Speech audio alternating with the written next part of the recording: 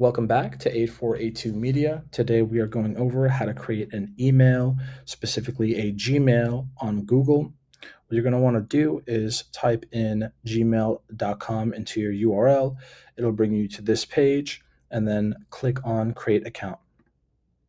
For myself, now you're going to type in your name, your last name.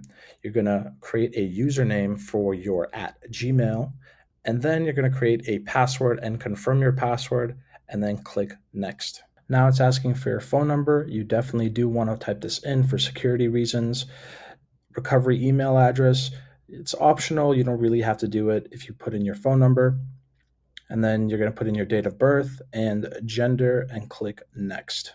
Now it's asking to send a verification code to your phone number, which you just typed in. It's going to be a 6-digit verification code, and we're going to click send. Type in your verification code and click verify.